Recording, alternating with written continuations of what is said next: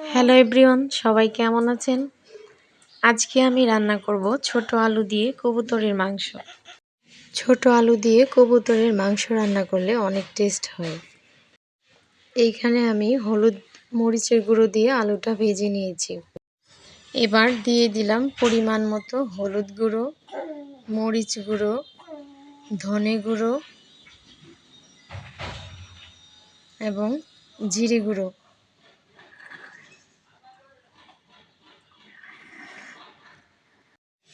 এবার দিয়ে দিলাম পেঁয়াজ বাটা, আদা বাটা, রসুন বাটা। এখানে আমি মাঝারি সাইজের একটি পেঁয়াজ বাটা দিয়েছি। কবুতরের মাংসতে বাটা কম দিতে হয়, রসুনের কোয়াটা বেশি করে দিতে হয়, তাহলে মাংসটা অনেক বেশি টেস্ট হয়। দিয়ে দিলাম এলাচ, দারচিনি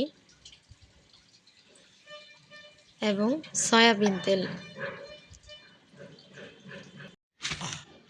এবার পরিমাণ মতো লবণ দিয়ে দিব।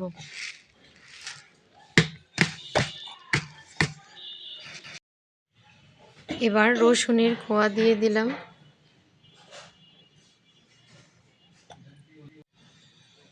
দশ মিনিট মেখে রেখে দিব।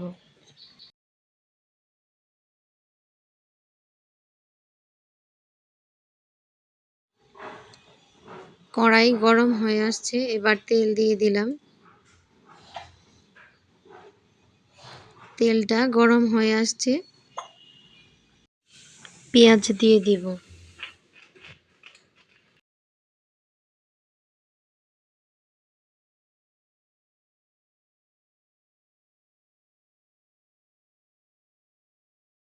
পেঁয়াজ ভাজা হয়ে গিয়েছে, এবার আমি মাংসটা দিয়ে দিব। এই পর্যায়ে মাংসটা ভালোভাবে কষিয়ে নিব। ভিডিওটি ভালো লাগলে প্লিজ চ্যানেলটি সাবস্ক্রাইব করে দিবেন। এইভাবে কবুতরের মাংস রান্না করে দেখবেন, অন্যান্য মাংসর থেকে অনেক বেশি টেস্ট হয়। এরকম আরও ভিডিও পেতে চ্যানেলটি সাবস্ক্রাইব করে রাখুন।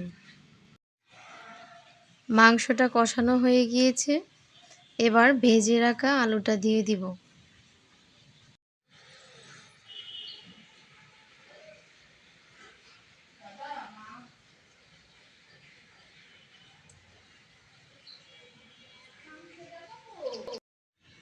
কিছুটা নাড়াচাড়া করে পানি অ্যাড করে দিব। কবুতরের মাংস কষানোর সময় অনেকটা সিদ্ধ হয়ে যায়, তার জন্য পানির পরিমাণটা খুবই কম পরিমাণে দিব।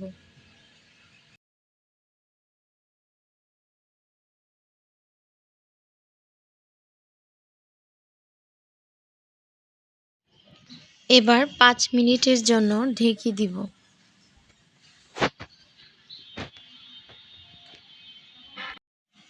5 মিনিট হয়ে গিয়েছে।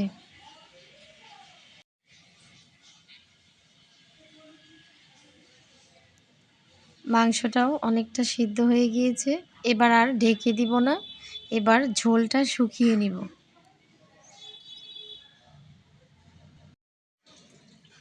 এই তো হয়ে গেল মজাদার আরেকটি রেসিপি। রেসিপিটি অবশ্যই বাসায় ট্রাই করবেন। আশা করি খুব খুব ভালো লাগবে। ভিডিওটি ভালো লাগলে প্লিজ চ্যানেলটি সাবস্ক্রাইব করে রাখুন। ধন্যবাদ।